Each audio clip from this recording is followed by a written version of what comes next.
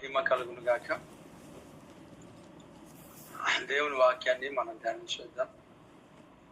గడిచిన కాలం అంతా ప్రభువు మనకి ఎంతో కృపను, కనికరమును, క్షేమమును ప్రభువు మనకు అనుగ్రహించాడు.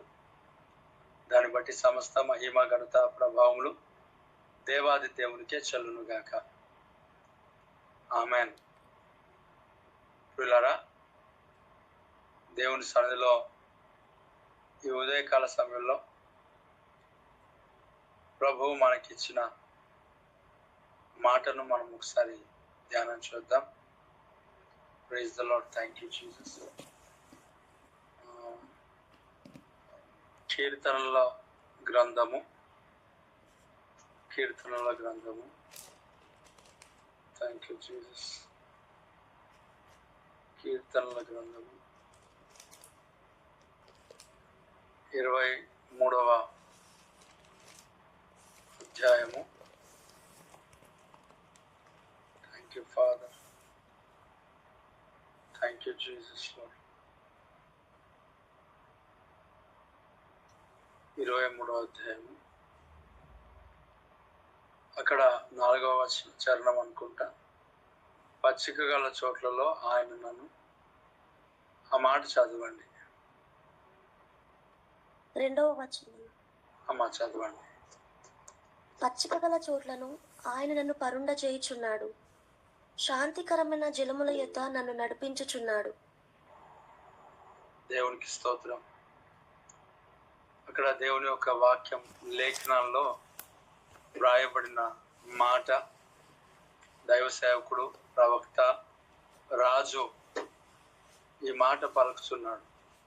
ఏమని అంటే, పచ్చిక గల చోట్లలో ఆయన నన్ను పరుండ చేయుచున్నాడు. దేవునికి స్తోత్రం. శాంతికరమైన జలముల యొద్ద ఆయన నన్ను నడిపించుచున్నాడు. Praise the lord. అక్కడ చాలా తనకున్న విశ్వాసం, నమ్మకం, దేవుని యందు తనకున్న విశ్వాసం ఎంతో గొప్పది. అక్కడ అంటున్నాడు, పచ్చిక గల చోట్లను ఆయన నన్ను పరుండ చేయుచున్నాడు, శాంతికరమైన జలముల యొద్ద నన్ను నడిపించుచున్నాడు, నా ప్రాణమునకు ఆయన సేద తీర్చుచున్నాడు, తన నామను బట్టి నీతి మార్గములలో నన్ను నడిపించుచున్నాడు. దేవుడు ఎక్కడికి తీసుకెళ్తాడు అని అంటే, పచ్చిక ఉన్న స్థలము. తన బిడ్డలను, తన గొర్రెలను దేవుడు తీసుకెళ్లే స్థలం ఎక్కడి అని అంటే, పచ్చిక కలిగిన చోట్లు. గొర్రెలు అని అన్నప్పుడు లోకంలో ఇప్పుడు ఇదే పదం అనేది చాలా వినబడతా ఉంది. గొర్రెలు గొర్రెలు గొర్రెలు అని జాబ్ చేస్తున్న వారికి, బయట జాబ్కి వెళ్ళిన వారికి చాలా అర్థమవుతుంది. చాలా సమస్య.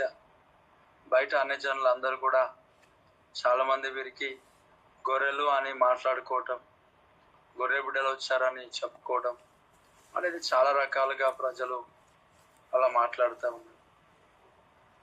ఒకవేళ నేను రక్షణలో లేకపోతే, నేను బాప్తిసం తీసుకోకపోతే, నేను దేవుళ్ళు లేకపోతే, నాకు వాక్యం పరిచయం అయి ఉంటే, నేను ఒకవేళ రివర్స్ మాట్లాడేవాడిని. అప్పుడు నా మాట కూడా ఫేమస్ అయ్యేది. మన ప్రభు అయిన యేసుక్రీస్తు కేవలం గొర్రెలకు కాపరి అని సాదృశ్యంగా చెప్పాడు. గొర్రెలకు కాపరి. కానీ గొర్రెలకు కాపరిగా దేవుడు ప్రభు అయిన యేసుక్రీస్తు ఉన్నాడు. గొర్రెలు మృదువుగా, సాధువుగా ఇలా దేవుని సన్నిధిలో తగ్గింపుతో వెంబడించి, ఒక కాపరిని వెంబడించి నడుస్తాయి. అలా పోల్చబడడం జరిగింది మనల్ని గొర్రెలకి.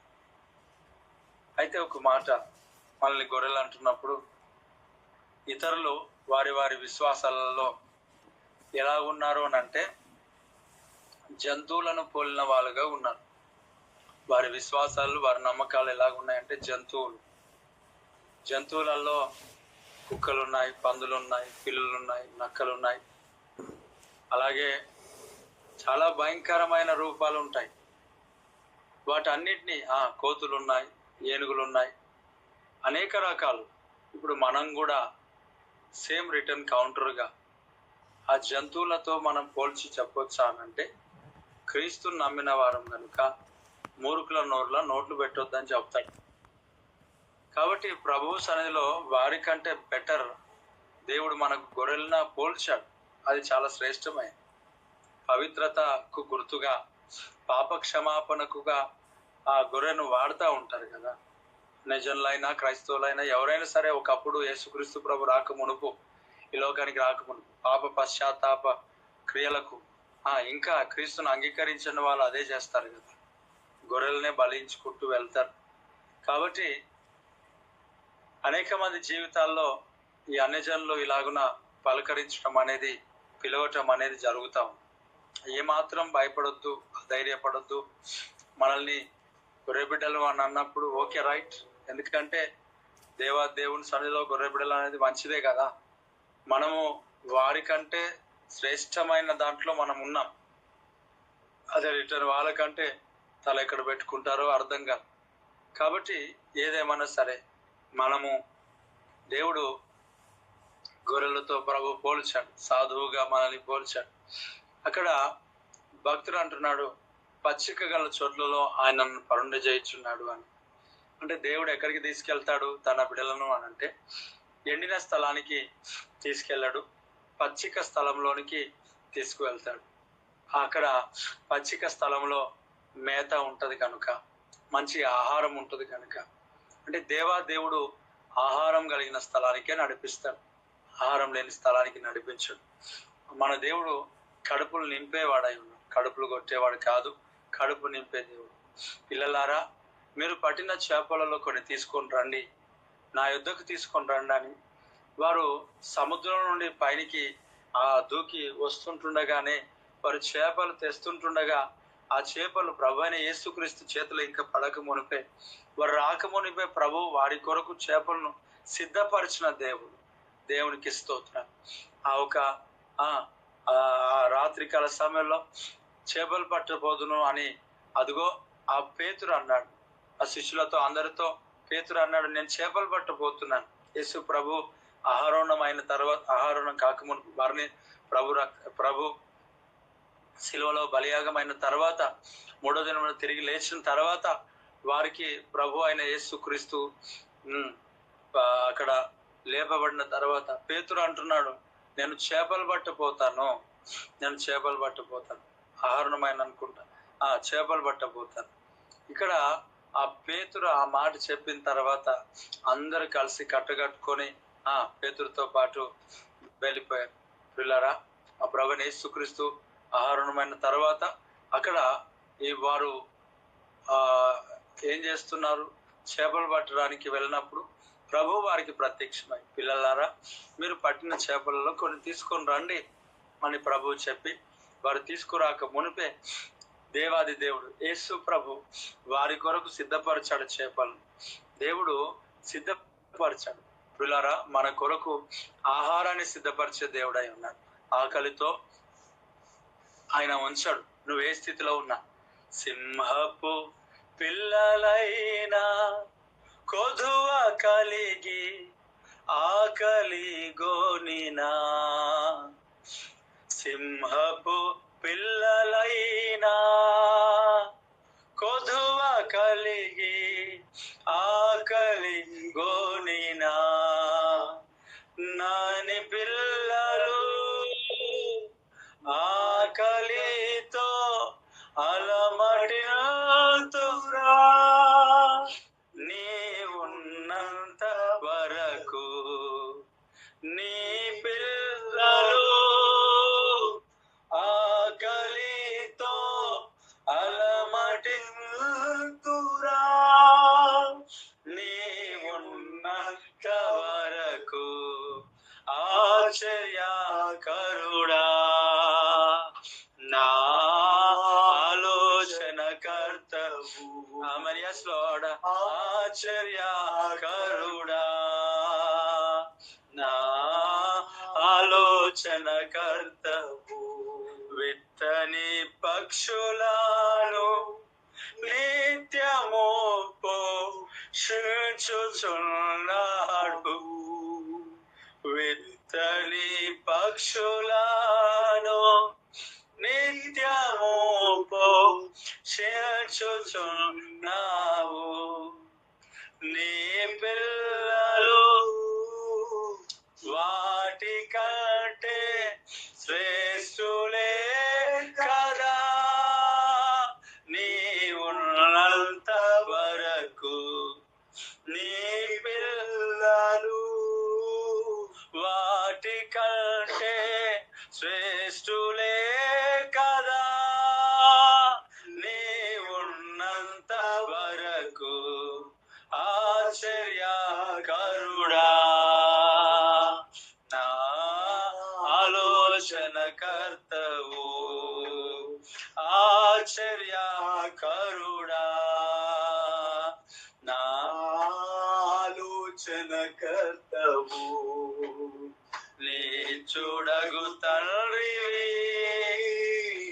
నా శాలేము రాజువు. నీ చూడగు తండ్రివి, శాలేము రాజు. Amen, amen. ప్రియులారా, ఆ దేవుడు ఆకలితో మనల్ని అలమటించనీయడు. నువ్వు ఏ స్థితిలో ఉన్నా, ఏ పరిస్థితులలో ఉన్నా, ఏ స్థితిగతులలో ఉన్నా, ఇలాంటి పరిస్థితులలో ఇబ్బందులు, ఇరుకులు, ఇలాంటి పరిస్థితులలో నువ్వు కూరుకుపోయి ఉన్నా, ప్రతి పరిస్థితులన్నిటిలో, నీ ప్రతి ఇబ్బందికరమైన పరిస్థితులన్నిటిలో దేవుడే గొప్ప కార్యాన్ని చేసేవాడు. నిన్ను దేవుడు పచ్చిక గల స్థలానికి నడిపిస్తాడు. పచ్చిక కలిగిన చోట్లోనికే ప్రభువుని నడిపిస్తాడు. పిల్లరా, ఎండిన స్థలానికి కాదు. దేవుడు నిన్ను, నీ కుటుంబాన్ని పోషిస్తాడు. నిన్ను, నీ కుటుంబాన్ని దేవుడు పోషిస్తాడు.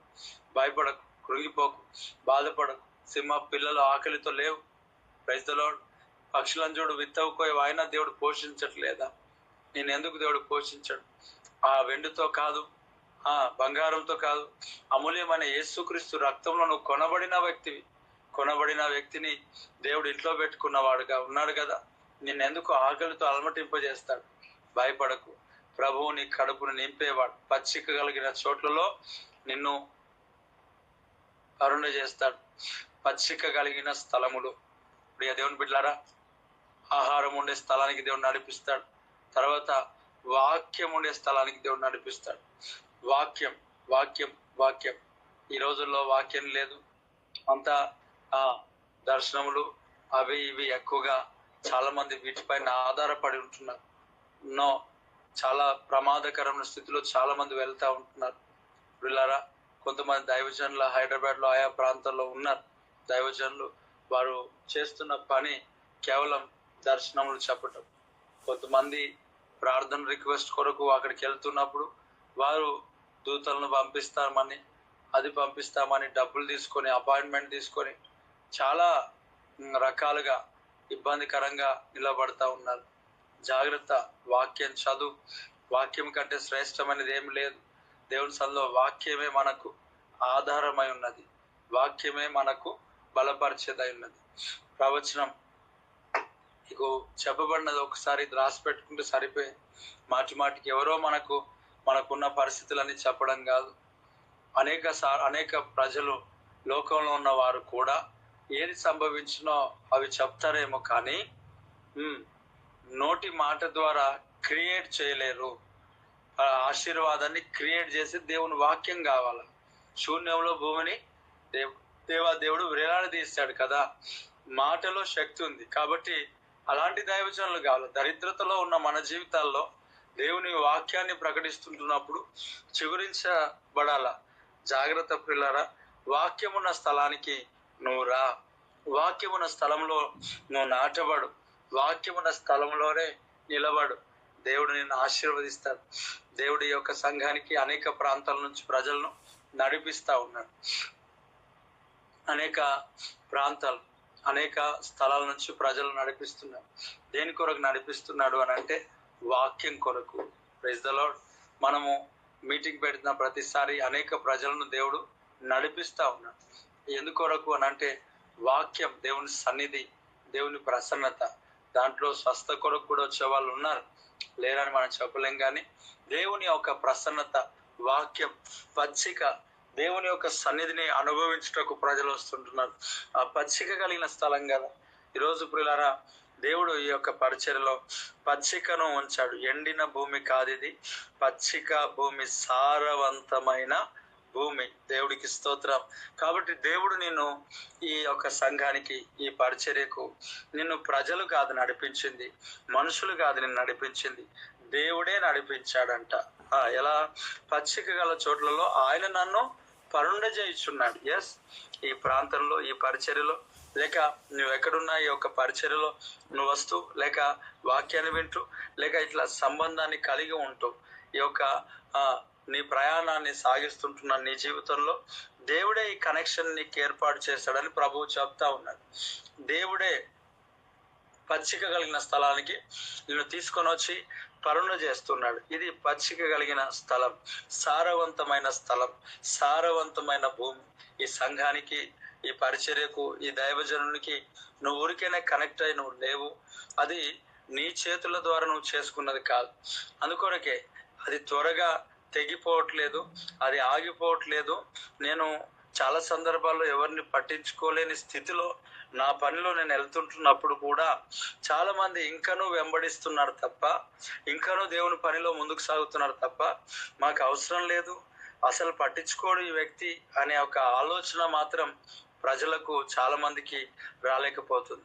కాల్ లిఫ్ట్ చేయలేకపోవటం, అలాగే వచ్చినప్పుడు ప్రార్థన చేయకపోవటం, కనీసం మాట్లాడను కూడా మాట్లాడకపోవటం అనేది కూడా జరుగుతూ ఉన్నది సంఘంలో. వీటన్నిటినీ కూడా ప్రజలు దేవుని సన్నిధిలో తట్టుకొని, ఓర్చుకొని, ఇదిగో ఏమాత్రం కూడా ఆలోచన చేయక, గుణగక, సనగక దేవుని యొక్క సన్నిధిలో వస్తున్నారు అని అంటే, ఆగిపోవట్లేదు అని అంటే గల కారణం పచ్చికను దేవుడు ఇచ్చాడు. అదే సమయంలో పచ్చిక కలిగిన చోట్లలోనికి ప్రభువు నిన్ను నడిపించాడు. ఈ సినాయి పర్వత ఉదయకాల ప్రార్థనలో పచ్చిక స్థలం, అందుకే ప్రభువు నిన్ను నడిపించాడు. ఎస్ ఎస్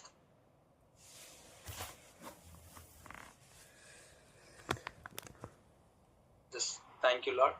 ఈ యొక్క పచ్చిక కలిగిన స్థలానికి దేవుడు నిన్ను నడిపిస్తూ అంటు కట్టింపజేస్తూ ఉన్నాడు. ఉదయకాల ప్రార్థనలో కావచ్చు, లైవ్ కావచ్చు, ఇక్కడికి రావటం కావచ్చు, ఈ ప్రార్థన కూడికలన్నిటినీ నిన్ను అంటు కట్టింపజేశాడు దేవుడు. దేవుడే నడిపించాడు గనక ఎవరు కూడా దాన్ని తొలగించలేదు. ఒకవేళ తొలగించాలని ఎవరు ప్రయత్నం చేసినా అది వాడిపోతుంది కదా, ఎండిపోతుంది కదా. ఆ కొమ్మ ఎక్కడి నుంచి అయితే తీయబడిందో దానికి నాటబడి ఉన్నప్పుడే కదా ఫలిస్తుంది, ఆశీర్వదించబడుతుంది, దీవించబడుతుంది. కనుక దేవుడే నడిపించినప్పుడు మన సొంత ఆలోచనలతో మనం ఎవరు? దేవుని యొక్క చిత్తానికి కంప్లీట్ గా మనం అప్పగించుకొని నడుచుకుందాము గాక. ఎక్కడ నడిపిస్తాడంట దేవుడు? పచ్చిక కలిగిన స్థలంలోనికి ప్రభు నడిపిస్తాడు. పచ్చిక కలిగిన స్థలానికి దేవుడు నడిపిస్తాడు. తర్వాత శాంతికరమైన జలముల యొద్దకి ప్రభు నడిపిస్తాడు. శాంతికరమైన జలముల యొద్దకి. కాబట్టి దేవాదేవుడు ఈరోజు ఈ మాట ద్వారా ప్రభు మనల్ని బలపరుచు సమాధాన పరుస్తుంటుండగా సమస్త మహిమ ఘనత ప్రభావములు దేవునికే చెల్లును గాక. పచ్చిక కలిగిన స్థలంలో ఆయన నన్ను పరుండజేస్తున్నాడు. శాంతికరమైన జలముల యొద్ద ఆయన నన్ను నడిపించుచున్నాడు. శాంతికరమైన జలముల యొద్ద అంటే జలములు ఎప్పుడు కూడా అలలులాగా కెరటాలు అనేటివి ఎగిరి ఎగిరి పడుతూ ఉంటాయి కదా. సో దేవుడు పేతురు అలలతో చిక్కుకొని ఉన్నప్పుడు దేవుడు సముద్రాన్ని ఏం చేశాడంట? నిమ్మలపరిచాడు, గద్దించాడు. అలాగున మన యొక్క జీవితంలో ఏదైతే ఎగిరి పడుతున్న ఎగిసి పడుతున్న అలలు ఏవైతే ఉన్నాయో వాటన్నిటినీ దేవుడు గద్దించి శాంతింపజేసి శాంతికరమైన జలముల యొద్ద ప్రభు మనల్ని నడిపిస్తాడు. దేవుడికి స్తోత్రం. ఈ మాటలు దేవుడు మన జీవితంలో ఆశీర్వాదకరంగా మార్చును గాక. ఆమేన్. ప్రార్థన. మహాగణుడైన దేవా, కృపగల తండ్రి, శాంతికరమైన జలముల యొద్ద నడిపించేవాడా, పచ్చికల చోట్లలో మమ్మల్ని పరుండ చేయవాడా నీకు స్తోత్రం. దేవా, ఈ ఉదయకాల సమయంలో మాకు ఆశీర్వాదకరంగా మార్చారు. దీవెనకరంగా మార్చారు, నీకు స్తోత్రం. ఇంకా రాలేని వారిని కూడా మీరు జ్ఞాపకం చేసుకో, దర్శించు. రేపటి కాలంలో వారు కూడా జాయిన్ అయ్యి కృప దయచేయి. ప్రతి దినం నీ మాటను బట్టి నీకు స్తోత్రం, నీ వాగ్దానం బట్టి నీకు స్తోత్రం, నీ కృపను బట్టి నీకు స్తోత్రం. తండ్రి, ప్రజలు ఎంతమంది అయితే జాయిన్ అయి ఉంటున్నారో వారందరికీ గొప్ప కార్యాలు చేసి స్వస్థత దయచేయి. అనారోగ్యం ఉంటే సంపూర్ణంగా తొలగించు, క్షేమం దయచేయి. అన్నిటిలో ఆశీర్వదించి మహిమ పొందుకో, కృపాక్షేమాలతో వర్ధలింపచేయి. తండ్రి దేవా, ప్రతి బిడ్డలను బలపరచు, స్థిరపరచు, రాకడికే సిద్ధపరచు. అన్ని విషయాల్లో మీరే తోడుగా నడిపించమని అయ్యా ఆర్థికంగా సహాయం చేయి, కృపా కనికరం చేత విస్తరింపచేయి. తండ్రి ఆరోగ్య ప్రదాత, ఎంతమంది అయితే బలహీనంగా అనారోగ్యంతో ఉంటున్నారో ప్రతి ఒక్కరిని ఆరోగ్యంతో బలంతో నింపమని, నార్మల్ రిపోర్ట్స్ దయచేయి, స్వస్థత దయచేయి, క్షేమం దయచేయి. ఆర్థికంగా నాయన ఆస్వాదించు అయా కృపా కనికరం చేత నింపు. యేసు నామములో అడుగుచున్నాను తండ్రి, ఆమేన్. చేయబడిన ప్రతి ప్రార్థనాంశంలోను దేవుడు చేసిన మేలన్నిటిని బట్టి, కృపా కనికరమంతని బట్టి రెండు చేతుల పైనకెత్తి స్తోత్రం చెప్దాం.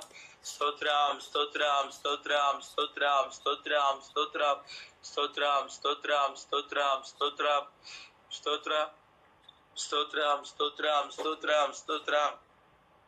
ఆమేన్. మన తండ్రి అయిన దేవుని యొక్క ప్రేమ, మన తండ్రి అనే దేవుని యొక్క ప్రేమ, కుమారుడనే యేసుక్రీస్తు యొక్క కృప, పరిశుద్ధాత్మని కన్నుల సహవాసం ఇప్పుడు ఎల్లప్పుడు సకల పరిశుద్ధులకును సార్వత్రిక సంఘమునకును ఈ యొక్క సినాయి పర్వత ఉదయకాల ప్రార్థనలు జాయిన్ అయిన ప్రతి ఒక్కరికి సదాకాలం తోడు నిండైనను గాక. ఆమేన్, ఆమేన్. అందరికీ వందనాలు. దేవుడు మనల్ని గాక. God bless you all. Praise Jesus.